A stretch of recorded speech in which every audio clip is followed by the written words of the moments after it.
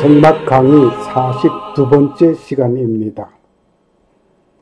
성막 내 구조 설명을 하면서 공부를 하게 되겠습니다. 엄밀하게 보면 성막 강의 32번째 시간이라고 해도 과언이 아닙니다. 성막을 통하여서 예수 그리스도를 발견하는 놀라운 시간 되시기를 바랍니다. 성막 강의의 서론에서 개략적으로 소개하고 지나왔습니다. 이 시간에는 이것을 좀 더 디테일하게 설명하는 시간을 가지려고 합니다. 먼저 성막을 말을 할 때 하나님께서 어디에서 모세에게 성막을 건립하도록 설계해 주셨는가? 라는 질문이 중요하게 여겨집니다.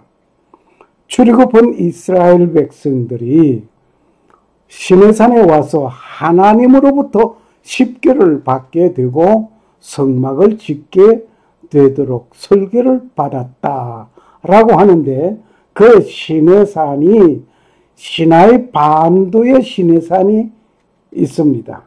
여기서 받았습니까? 아니면 사우디아라비아의 시내산이 있습니다. 여기서 받았습니까? 시내산이 두 곳입니다. 이 두 곳 가운데 하나는 정확한 건 맞습니다. 하나는 엉터리라고 하는 것이 좋겠습니다.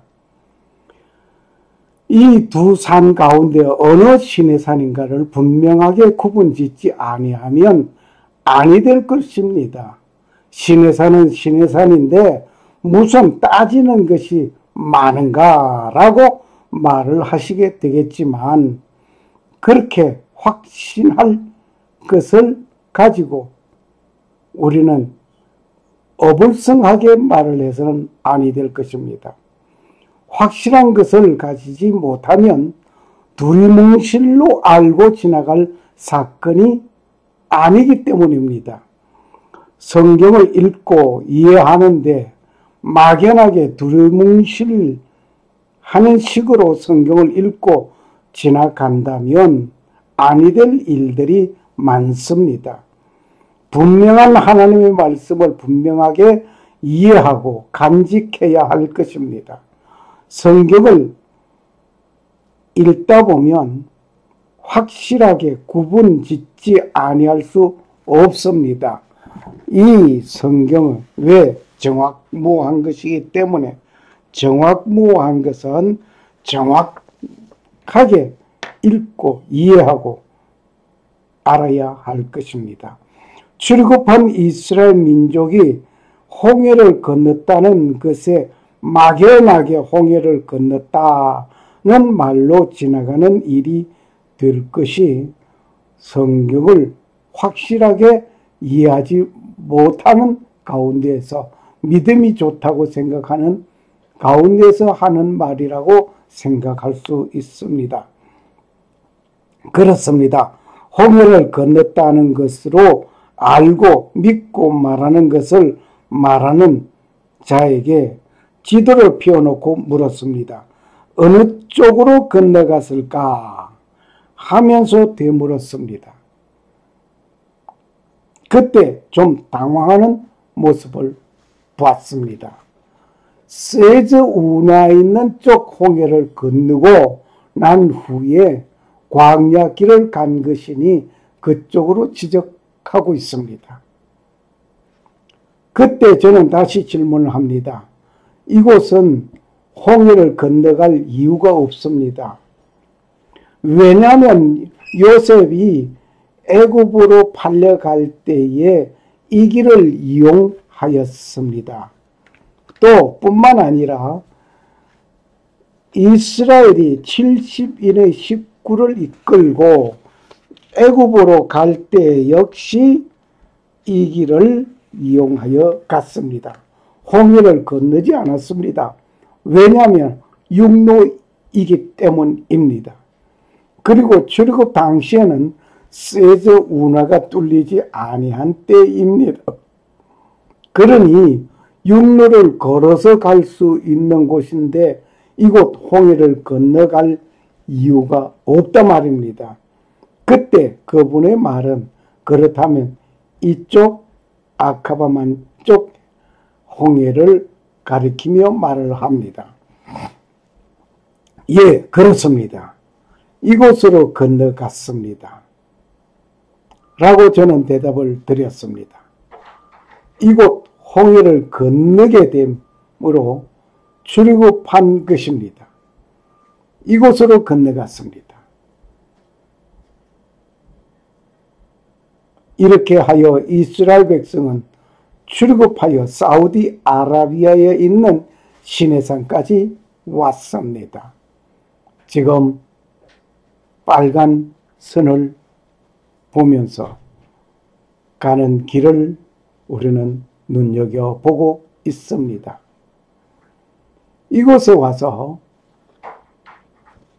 누에이바라는 이곳에 와서 이스라엘 백성들은 총집결을 하여서 뒤에는 애국 군대가 추격해 오고 이제 홍해가 가로막고 있고 이러한 곳에 모였습니다.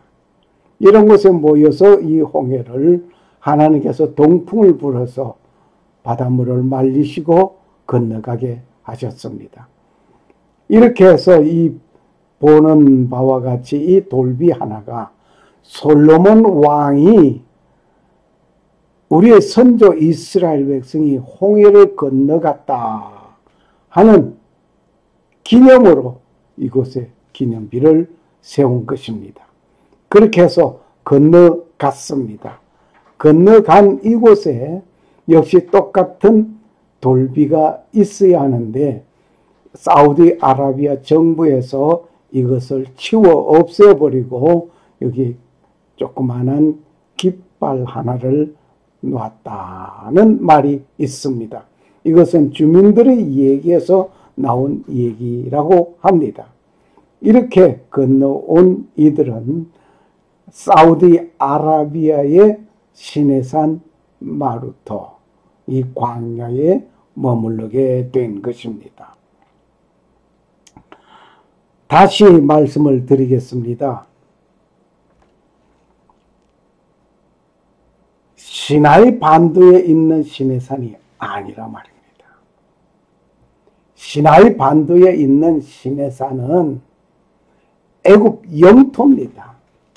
애굽 영토에 와서 40년 동안을 이스라엘 백성들이 머물러 있을 수 있는 곳은 아니라 말입니다.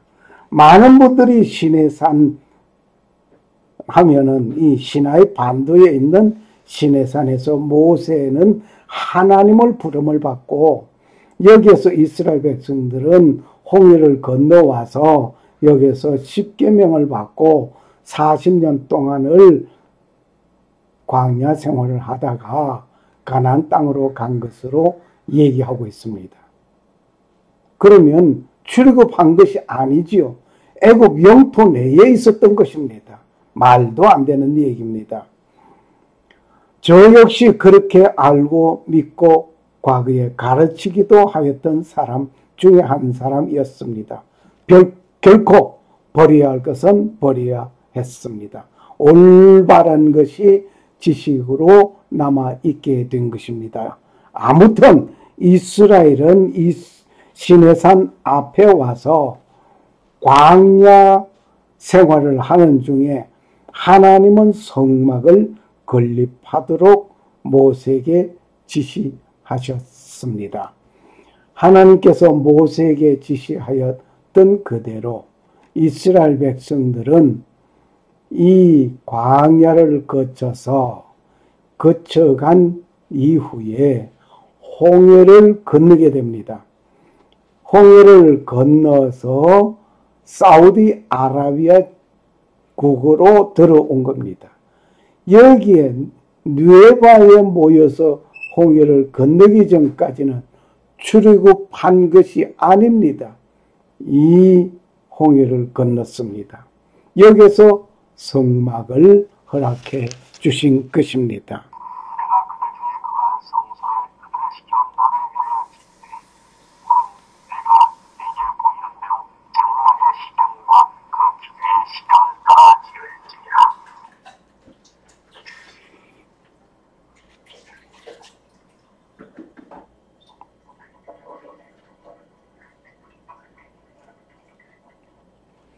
네, 하나님께서 허락한 대로, 설계해 주신 대로 모세는 백성들에게 성막을 건립하게 하였습니다. 어디에서? 사우디아라비아 시내산에서 건립한 것입니다. 이 확실한 것을 보고 다른 얘기를 하시는 분들이 많이 있음을 안타깝게 생각합니다. 오늘 본문의 말씀을 읽겠습니다. 오늘 본문의 말씀은 출애굽기 25장 8절에서 9절입니다. 내가 그들 중에 거할 성소를 그들을 시켜 나를 위하여 짓되. 누구를 위하여 짓는다고? 하나님을 위해서 짓게 하신 것입니다. 왜? 하나님께서 이들에게 나타나실 때에 성소를 통해서 나타나고 또 만나고 이루어지기를 원했기 때문입니다. 무릇 내가 네게 보이는 대로 장막의 식양과 그 기구와 식양을 따라 지을지니라. 하나님께서 가르쳐 주신 그 식양대로 지어라고 하신 것입니다. 이 아람 운산뚜아미요 빠라미 이 아비타레 엔 medio de ellos, conforme a todo lo que yo te muestre el diseño del tabernáculo y el diseño de todos sus utensilios. Así lo haréis. 하나님께서 모세에게 성막을 건립하도록 하셨습니다. 내가 그들 중에 그할 성소를 그들을 시켜 나를 위하여 짓되. 하나님께서 성소에 거하시겠다고 했습니다. 성전에서 하나님을 만나는 일이 되기를 바랍니다. 성막은 이스라엘 민족에게는 필수적인 삶의 제1호였습니다. 성막은 예수의 모형입니다. 성막을 보면서, 성막 구석구석을 보면서 예수 그리스도가 보여지게 되는 것입니다. 성막의 하나하나의 시설물들은 숨김없는 예수 그리스도를 말하고 있습니다. 성막을 통하여 그리스도를 발견하는 일이 되어야 합니다. 성막을 짓고 그것을 관리하고 메고 다니는 것이 전부가 아닙니다. 이 성막은 장차 오실 메시아의 그림자이었습니다. 이스라엘은 이 성막을 통하여 메시아를 대망하고 그분을 통하여 구원을 이루는 일이 되어야 합니다. 하나님께서 성막을 모세에게 설계해 주셨습니다. 모세는 그대로 전하여 잘 진행하여 건립하게 되었습니다. 성막은 크게 나누면 셋 구분으로 나누어 보게 됩니다. 세 구분으로 나누어 보게 되는데, 첫째, 성막들이 있습니다.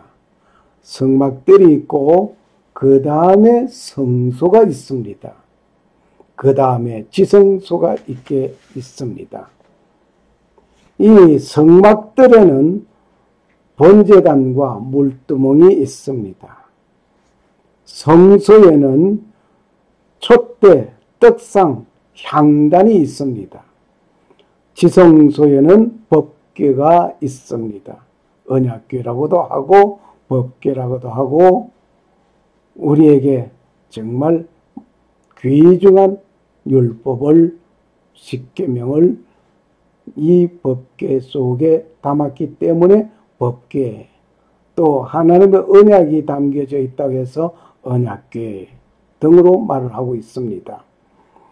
성막에 들어가려면 문을 이용해야 합니다. 먼저 문을 열고 가야 합니다. 이 문은 오직 하나밖에 없습니다. 서쪽, 남쪽, 북쪽 모두가 막혀 있습니다. 오직 문은 동쪽에 하나 있습니다. 그리고 성막을 보호하는 울타리가 있는데, 이는 높이가 2.5m입니다. 굉장히 높게 가로막을 쳤습니다. 성막 안팎을 가로막고 있는 것입니다. 안에서는 세상 밖을 볼 수 없고 밖에서는 안을 볼 수 없습니다. 오직 출입은 문으로만 통해야만 합니다. 이 문은 예수 그리스도를 상징하고 있습니다. 예수님께서는 나는 양의 문이라 라고 말씀하셨습니다. 내가 문이니 누구든지 나로 말미암아 들어가면 구원을 얻고, 또는 들어가며 나오며 꼴을 얻으리라. 요한복음 10장 9절 말씀입니다. 내가 문이니, 예수님께서 내가 문이라고 말씀하십니다. 분명하게 말씀하셨습니다. 그러므로 우리는 예수님을 통하지 않고는 구원을 얻을 수 없습니다. 문을 열고 들어가면 먼저 만나는 것이 있습니다. 먼저 만나게 되는 것은 번제단입니다. 이곳에서 양과 소를 잡아 번제와 속죄제를 드리는 것입니다. 양과 소를 잡아 번제를 드리고 불태우는 곳입니다. 예수 그리스도가 온 인류의 죄를 용서하시기 위하여 십자가에서 단번에 이루어 주신 번제물이 되셨던 것입니다. 예수 그리스도의 보혈의 피로 구원함을 얻는 것입니다. 제가 빛 가운데 계신 것 같이 우리도 빛 가운데 행하면 우리가 서로 사귐이 있고 그 아들 예수의 피가 우리를 모든 죄에서 깨끗하게 하실 것이요. 빛 가운데 계신 것 같이 우리도 빛 가운데 행하면, 누가 빛 가운데 계신 것입니까? 예수님께서 빛 가운데 계신 것 같이 우리도 빛 가운데 행하면 우리가 서로 사귐이 있고 그 아들 예수의 피가 우리를 모든 죄에서 깨끗하게 하신다고 그랬습니다. 요한일서 1장 7절 말씀입니다. 그러므로 번제, 양의 문이 되신 예수 그리스도를 통해서 번제물이 되신 예수 그리스도의 피로 우리는 구속함을 얻는 것입니다. 그렇다면 지금 이 시간에 번제단에서 하는 일들을 우리 참고적으로 영상을 보시겠습니다.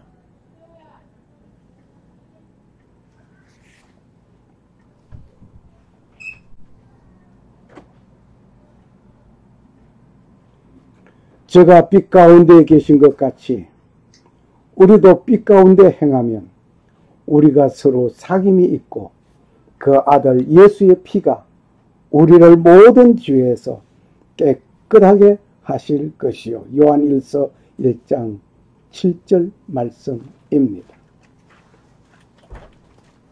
페로시 안다모스 엔 루스 como él está en luz. Tenemos comunión unos con otros y la sangre de Jesucristo, su Hijo, nos limpia de todo pecado. 그리고 성소에 들어가기 전에 먼저 물두멍이 있는 그 물두멍에서 손을 씻어야 합니다. 번제단에서 제사를 드리느라고 손이 더러워졌습니다. 그걸 깨끗이 씻어야 합니다. 번제를 드리고 각종 일을 하던 그대로 성소에 입실할 수 없는 것입니다. 더러워진 손을 씻어야 하는 것입니다. 내가 가로되 내 주여 당신이 알리이다 하니 그가 나더러 이르되 이는 큰 환난에서 나오는 자들인데 어린 양의 피에 그 옷을 씻어 희게 하였느니라. 요한계시록 7장 14절 말씀. 나더러 이르되 이는 큰 환난에서 나오는 자들인데 어린 양의 피에 그 옷을 씻어 희게 하였다.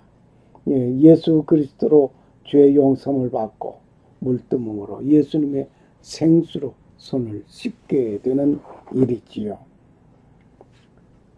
성소에 들어가게 되면 왼쪽에 7 등대가 있습니다. 이 촛대에 불을 붙이는데 저녁에 밝히고 아침에 불을 끄게 합니다. 어둠을 밝히는 일을 하게 하는 것입니다. 예수님은 나는 세상의 빛이라고 말씀하셨습니다. 예수께서 또 일러 가라사대 나는 세상의 빛이니 나를 따르는 자는 어둠에 다니지 아니하고 생명의 빛을 얻으리라. 요한복음 8장 12절 말씀입니다. 예수님께서 나는 세상의 빛이라고 말씀하셨습니다. 빛된 예수님께 예수님을 따라가면 어둠에 다니지 아니하고 생명의 빛 되신 예수님을 따라가면 생명을 얻는 것입니다. 빛 되신 예수님은 상징하고 있는 것입니다.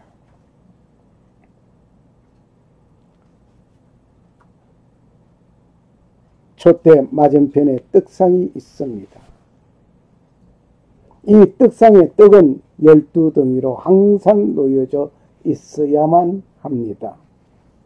여기에 12덩이는 이스라엘의 12지파를 대표한 것입니다. 예수님께서 말씀하셨습니다. 나는 생명의 떡이라고 말씀하셨습니다. 예수님께서 말씀하시기를 나는 생명의 떡이라고 하셨는데 예수께서 가라사대 내가 곧 생명의 떡이니 내게 오는 자는 결코 줄이지 아니할 터이요 나를 믿는 자는 영원히 목마르지 아니하리라. 요한복음 6장 35절 말씀입니다. 성막에서 떡상은 생명의 떡 예수님을 상징하고 있는 것입니다. 생명의 떡 대신 예수님을 상징하고 있습니다. 이제 지성소에 들어가려면 지성소 앞에 먼저 향단이 있습니다. 이 향단은 어떤 향단인가? 향은 아침과 저녁에 2번 피워놓게 됩니다. 아침에 1번, 저녁에 1번 이렇게 피워놓는데, 아론이 아침마다 그 위에 향기로운 향을 사르되 등불을 정리할 때에 살을 찌며. 출애굽기 30장 7절 말씀입니다. 그러니까 7등대 불을 끌 때에 이 향을 피워놓게 되는 것입니다. 불을 끌 때 향을 피우게 되고 또 불을 켤 때도 향을 피우게 될 것입니다.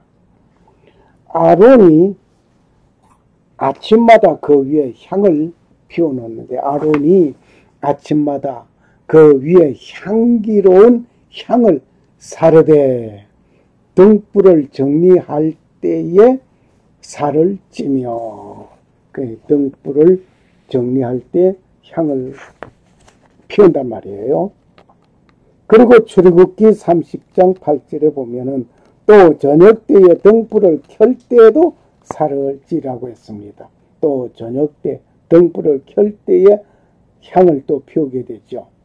이는 대대로 여호와 앞에 끊지 말지니라.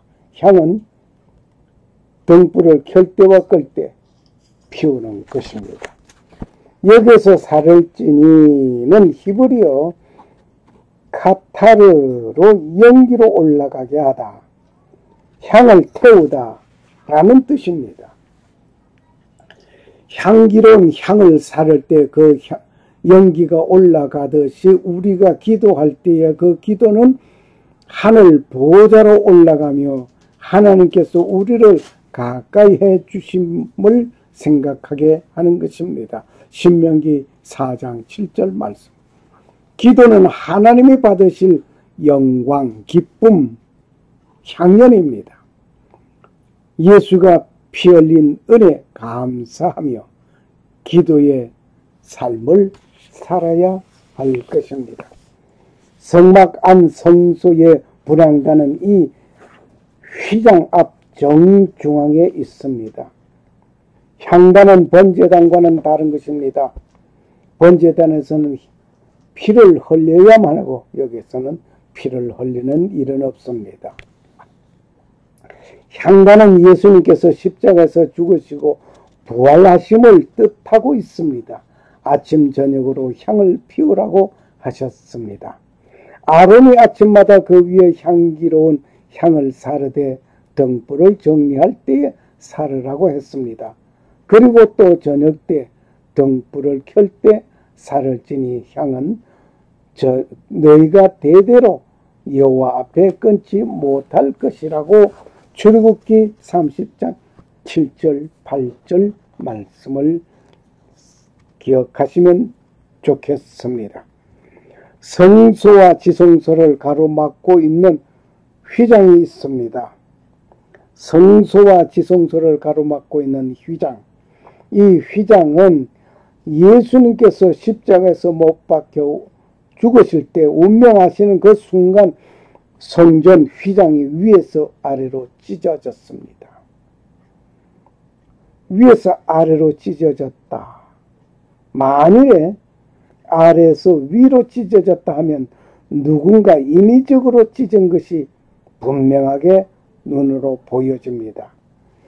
하나님께서 성소와 지성소를 나누어 놓으셨던 것을 이제 하나로 통합시키는 것을 봅니다. 이에 성소 휘장이 위로부터 아래까지 찢어져 둘이 되고 땅이 진동하며 바위가 터지고. 마태복음 27장 51절 말씀입니다. 성소 휘장이 위에서부터 아래로 찢어져서 둘이 되어버렸습니다. 이제는 성소와 지성소가 가로막혀 있지 않습니다. 열려 있습니다. 하나로 되어버렸습니다. 신약에서는 말씀이 육신이 된 예수님의 율법의 완성이요 영원한 속죄의 제물이신 그리스도의 십자가 죽음으로서 인해 가로 놓였던 휘장이 찢어졌습니다. 하나님과 인간 사이 깨어졌던 관계가 회복되었습니다. 성소의 휘장은 지성소와 성소를 구분하기 위하여 지어졌던 것입니다. 원래 휘장이라고 번역한 카타페타스마라는 말은 페르시아 말로서 빠르꽃란 말에서 유래된 것이라고 합니다. 이 말은 하늘의 궁창과 땅의 궁창을 구분하는 벽을 뜻하고 있습니다. 이 휘장을 열고 들어가면 지성소가 있습니다. 이 지성소에는 법궤가 놓여져 있습니다. 지성소에는 1년에 한 번 대제사장이 들어갑니다. 지성소는 여호와께서 거하시는 곳입니다. 오직 대제사장만이 들어갈 수 있는 장소입니다. 1년에 한 차례 대속죄일에만 들어갈 것입니다. 언약궤 위에는 속죄소가 있습니다. 이 지성소에는 대제사장은 백성들을 대신하여 해마다 속죄하는, 온 백성을 속죄하는 일을 합니다.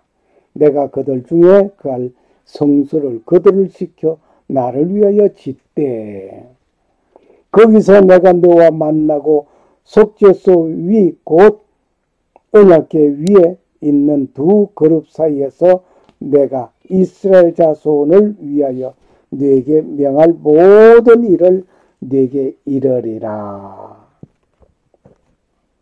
출애굽기 25장 8절 22절입니다. 이 법궤, 법이 담겨져 있는 하나님의 십계라는 법이 담겨져 있다 해서 법궤, 언약, 하나님의 언약의 말씀이 담겨져 있다 해서 언약궤라고 합니다. 이 언약궤, 법궤는 하나님의 언약의 말씀, 법이 담겨져 있는 궤입니다. 이 궤 속에는 하나님께서 친히 쓰신 십계명 2개의 돌비가 들어져 있습니다.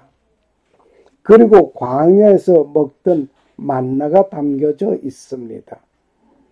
그가 또 정금판을 궤 속에 넣고 채를 궤에 꿰고 속죄소를 궤 위에 두고 출애굽기 40장 20절 말씀입니다. 법궤 안에는 아론의 쌍난 지팡이가 놓여져 있습니다.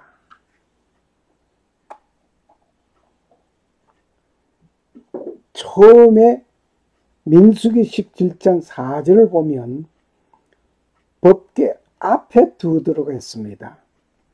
그 지팡이를 회막 안에서 내가 너희와 만나는 곳인 정극궤 앞에 두라. 앞에 두라고 했습니다. 정극궤 앞에 무엇을? 아론의 쌍난 지팡이를 여기에 두라고 했습니다. 민수기 17장 8절에 언약궤 앞에 두라고 또 말씀하셨습니다. 이튿날 모세가 정거의 장막에 들어가 본즉 레위 집을 위하여 낸 아론의 지팡이에 움이 돋고 순이 나고 꽃이 피어서 살구 열매가 열렸더라. 8절이었습니다. 후일에 아론이 지팡이 보관이 옮겨진 것으로 우리는 알 수가 있습니다. 히브리서 9장 4절을 보겠습니다. 히브리서 9장 4절을 보면 금향로와 사면을 금으로 싼 언약궤가 있고 그 안에 만나를 담은 금 항아리와 아론의 쌍난 지팡이와 언약의 비석들이 있고. 히브리서 9장 4절입니다. 여기에 보니까 법궤 안에 아론의 쌍난 지팡이가 안에 들어갔습니다. 이제 통합하여서 보관하게 된 것입니다. 언약궤 앞에 두라고 설명한 부분은 민수기 기록에서 보았습니다. 그때 앞에 두게 했고 이제 속으로 들어갔습니다. 만나의 맛은 꿀썩한 과자 같다고 했습니다. 이스라엘 족속이 그 이름을 만나라고 하였습니다. 가시 같고도 하고 맛은 꿀썩한 과자 같다라고 출애굽기 16장 31절에 말씀하고 있습니다. 이스라엘 족속이 그 이름을 만나라 하였으며 가시 같고도 하고 맛은 꿀썩한 과자 같기도 하였더라. 출애굽기 16장 31절 말씀. 만나를 증거궤 안에 두라고 하셨던 것입니다. 모세가 가로되 여호와께서 이같이 명하시기를 이것을 오멜에 채워서 너희 대대 후손을 위하여 간수하라.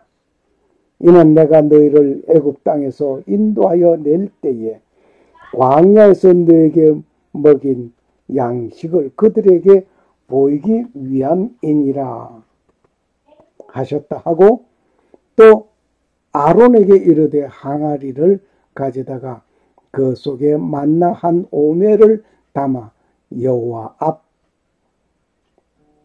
두어 너희 대대로 간수하라. 아론이 여호와께서 모세에게 명하신 대로 그것을 정급한 앞에 두어 간수하게 하였고 출애굽기 16장 32절 34절 말씀이었습니다. 모세가 정급한 앞에 두게 된 아론의 쌍난 지팡이는 후일에 법궤 안으로 들어가 보관된 것으로 밝혀지고 있습니다. 금 향로와 사면은 금으로 싼 언약궤가 있고 그 안에 만나를 담은 금 항아리와 아론의 쌍난 지팡이와 언약의 비석들이 있고 히브리서 9장 4절입니다. 만나는 요단강을 건너간 후 첫 열매를 먹는 다음 날에 끝났습니다.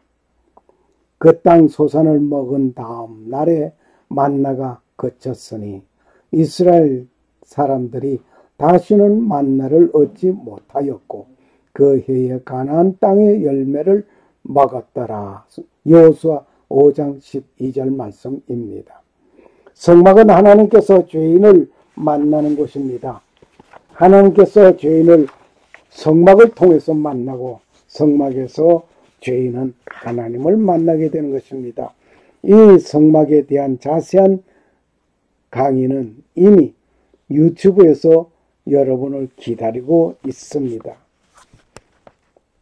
성막 시뮬레이션을 보면서 총정리하는 시간을 가지겠습니다. 하나님께서 성막을 지으라고 하셨습니다. 성막은 예수 그리스도의 그림자입니다.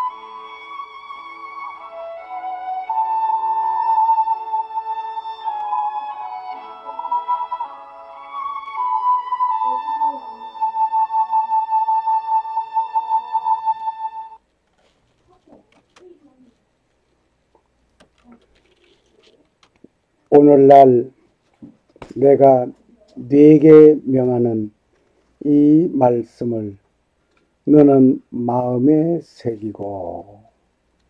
신명기 6장 6절 말씀.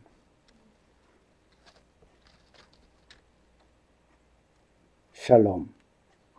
감사합니다.